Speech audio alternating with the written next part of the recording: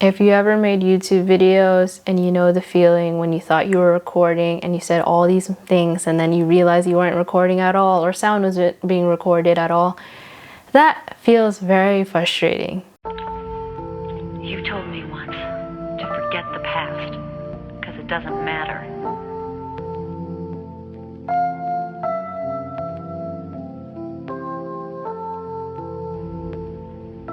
But nothing good came of it. There was no place for me to return to. This was the only place I could go.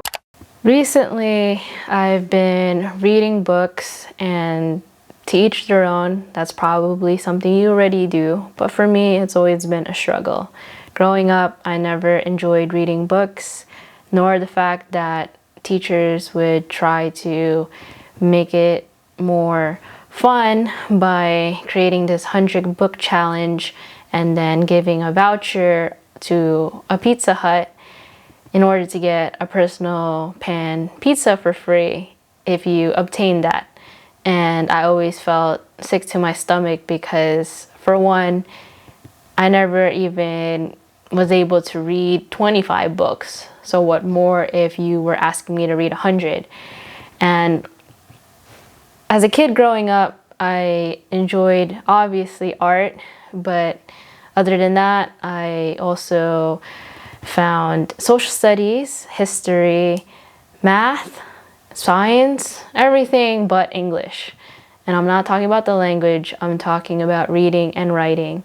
And the fact that whenever it comes down to writing scripts for my projects, that is the downfall for me because I don't enjoy writing anything.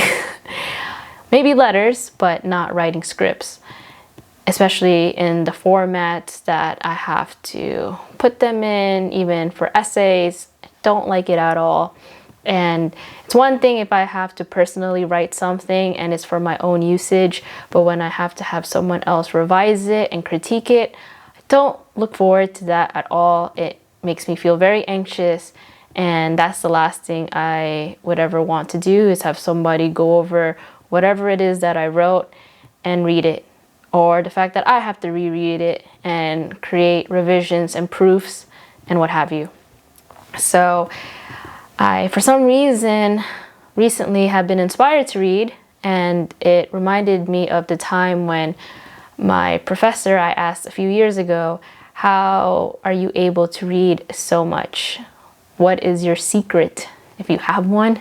And this person told me that you have to read things that interest you. That is probably the only way for you to continue and enjoy reading.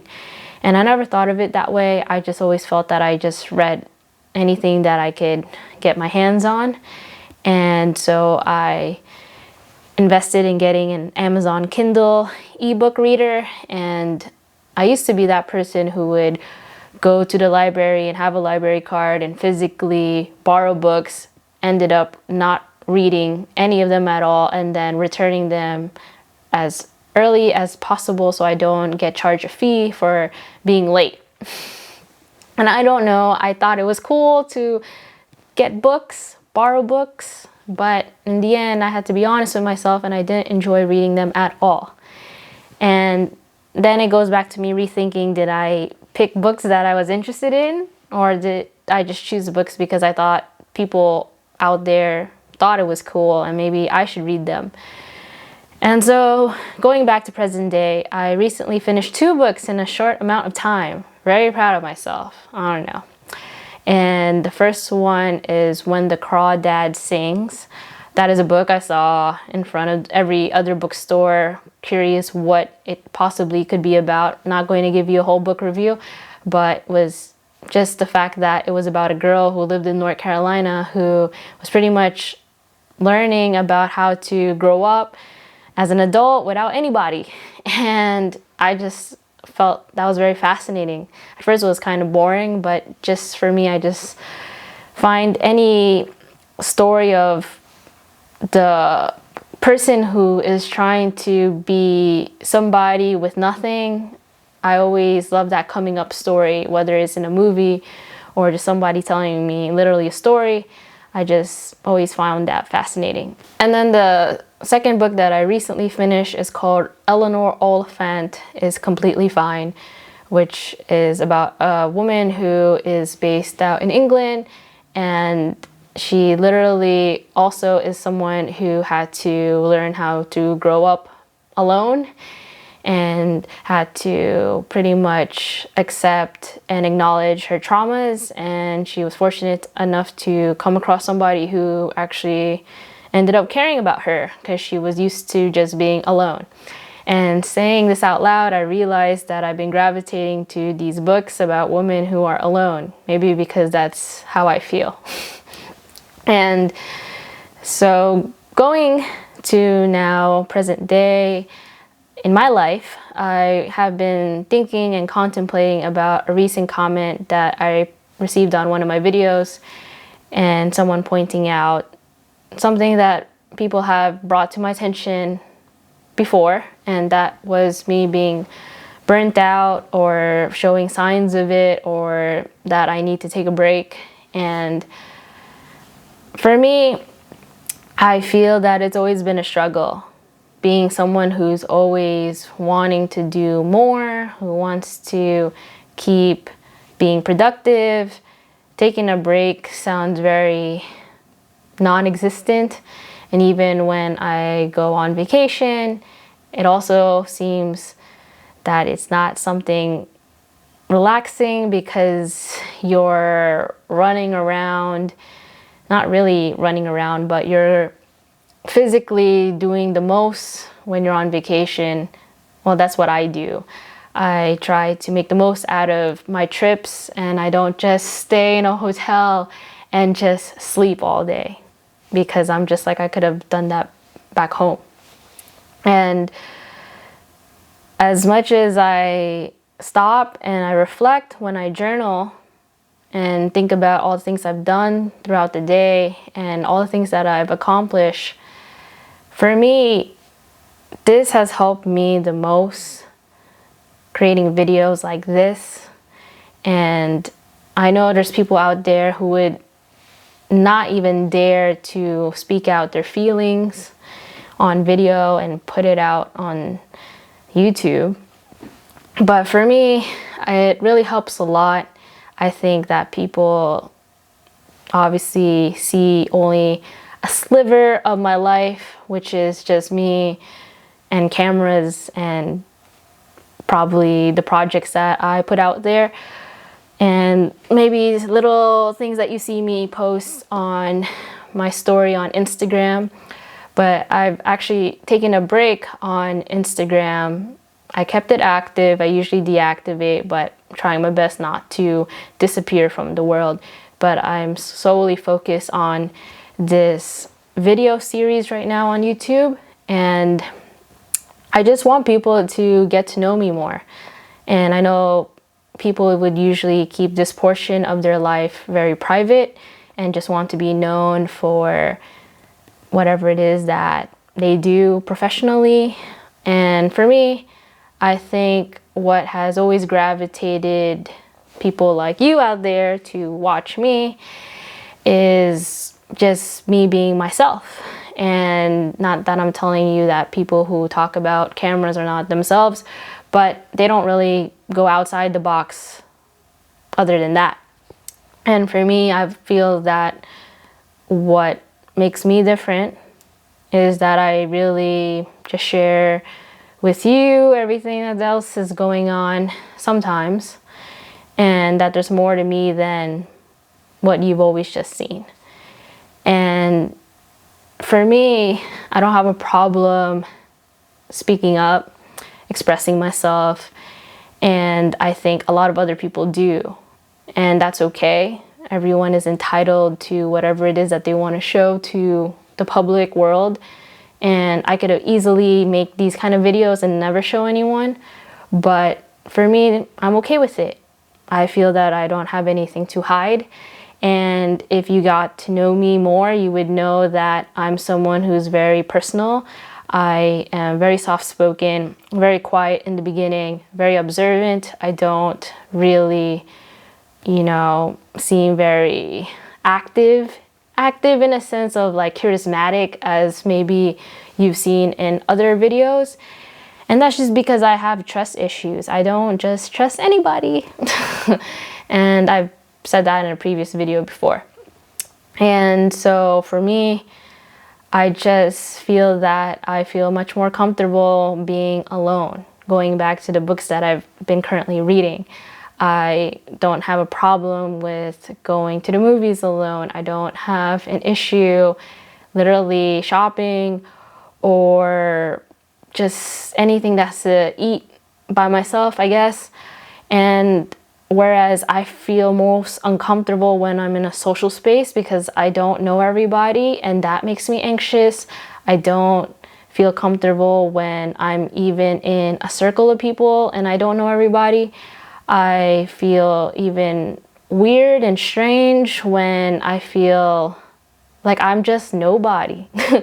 When I feel so like just like, I guess that's how I could tell myself that I'm not a follower, because I always think and process whatever decision I'm trying to make a decision on. And I'm not just one to just be a yes person and just say okay and go with the flow.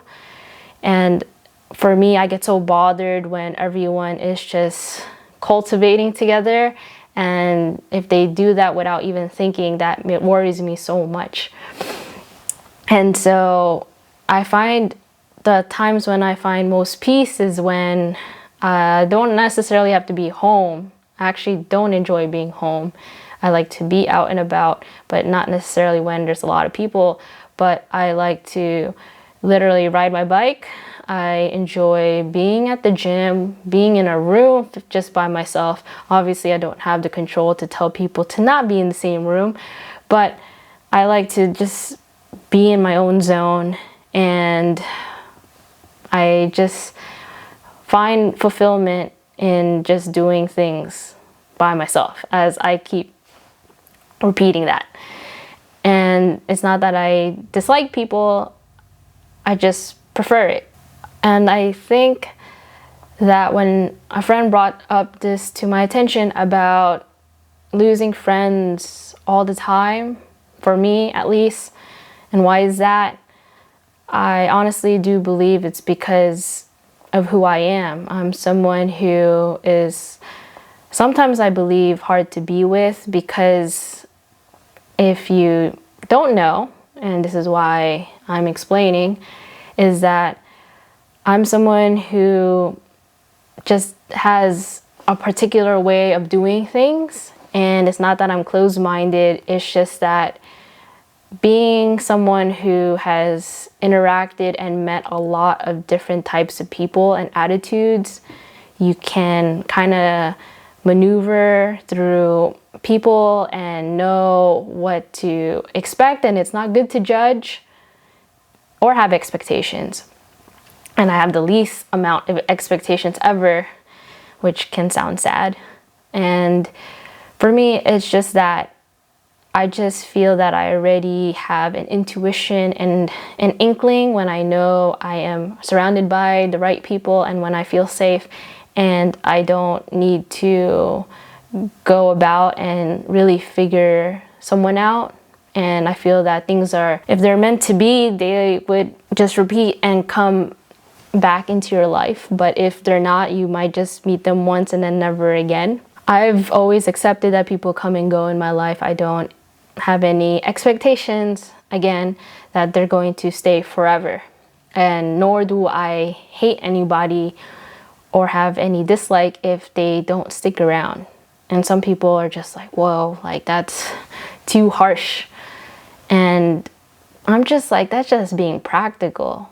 Because if you look back at, let's say, your parents, are they really still interacting with people that they grew up with in their childhood? Most likely not. And if they do, it's maybe a few, but not really.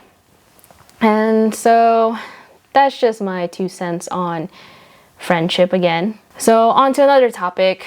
Since it's December, a lot of movies are currently coming out in the theater or on streaming platforms, whichever you prefer. And that's just because they are being nominated for the award season, and that's my pastime, being in the movie theater, watching movies by myself. And I don't have any problem because I'm not really there to interact with people. I'm just there to watch the film. And so I currently watched this movie called Come On, Come On, which stars Joaquin Phoenix and this young boy that I'm not familiar with. And it's directed by Mike Mills, and it's produced by A24. And I'm not going to spoil the movie. All I'm just going to say is that if you watch interviews as much as I do, Joaquin Phoenix always takes the opportunity, if he could, to put some spotlight on changing the world and making a difference and being a good human being. And so if you watch this movie, you get a sense of that because he's an interviewer who goes around the country interviewing children, tapping into the young mind psyche and asking them their perspectives on life and the world. And it's just really interesting because you don't get to hear that type of mindset at all, because they're always fantasized and it's not really real and authentic and genuine. And I don't know if they were scripted responses, but it didn't seem like it. And I just feel that if you are into that, you might enjoy the movie. It's definitely slow paced, and I also understand why you might not want to watch it because it might put you to sleep. And people like my mom, they enjoy watching these action, thriller, suspense movies. And if you're looking for that, this movie is definitely not that. Another movie that I also just watched that I posted, which is called Licorice Pizza. It is not something that has anything to do with the movie. Also, is not a combination that I would ever put two and two together. It's directed by PTA himself, Paul Thomas Anderson.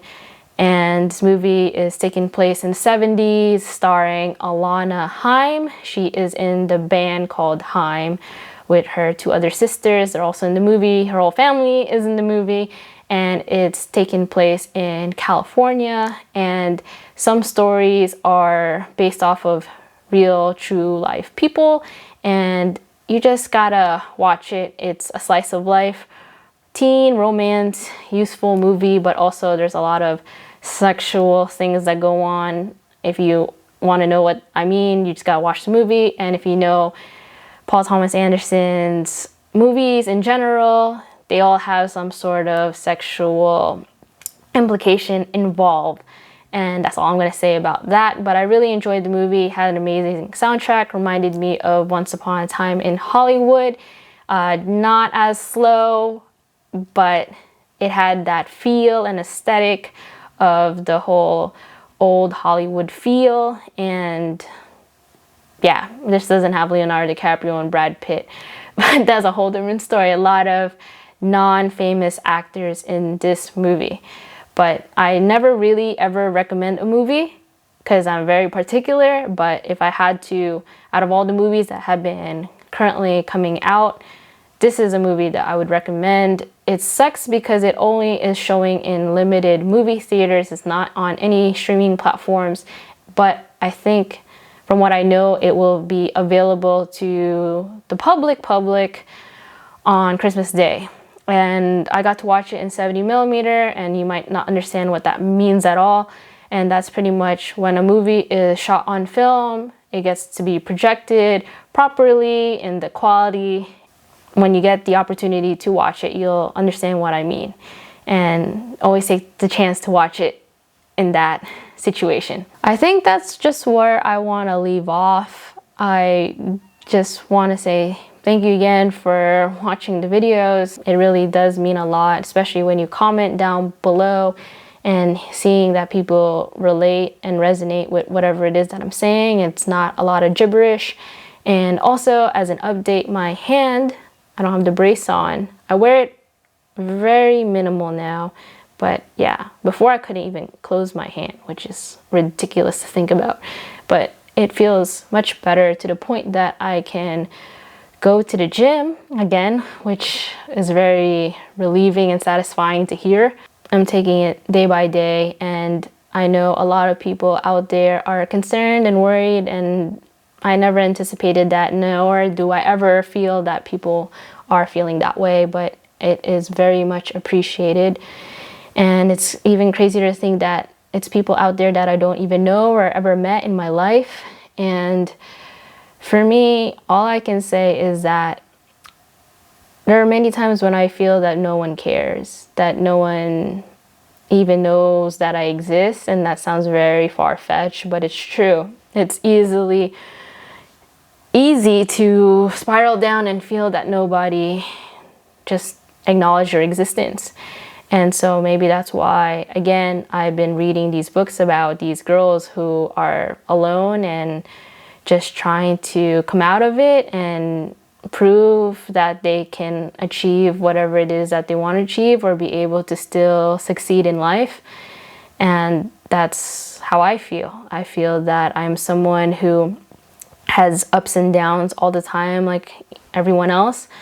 And sometimes it's so hard to even realize that it's even true that people are enduring that or dealing with that, because you're always seeing positive things. You're always stuck in this bubble, seeing everyone projecting their best life. And then when you watch the news, it's even terrible because you just hear all about the bad things that are happening in the world. So it's like you don't get a best of both worlds or a balance.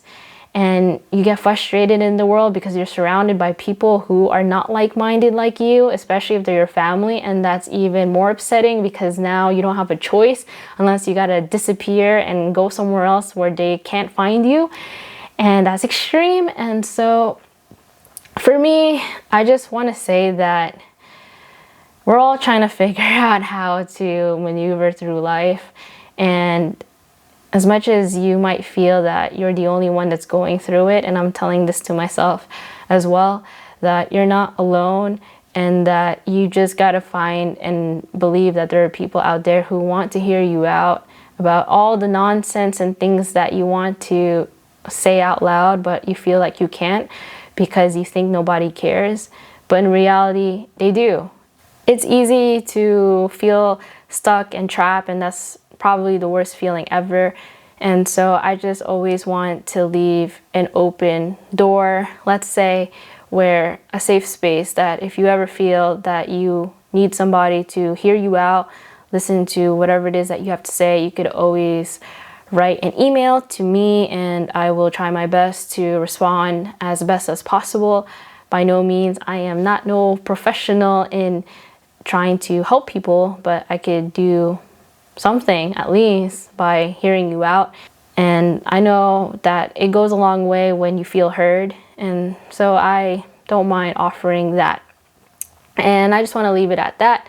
Stay tuned to the next video, and sayonara with the good hand. Hopefully it stays like this. It's the end of the video, so don't forget to like and subscribe to the channel.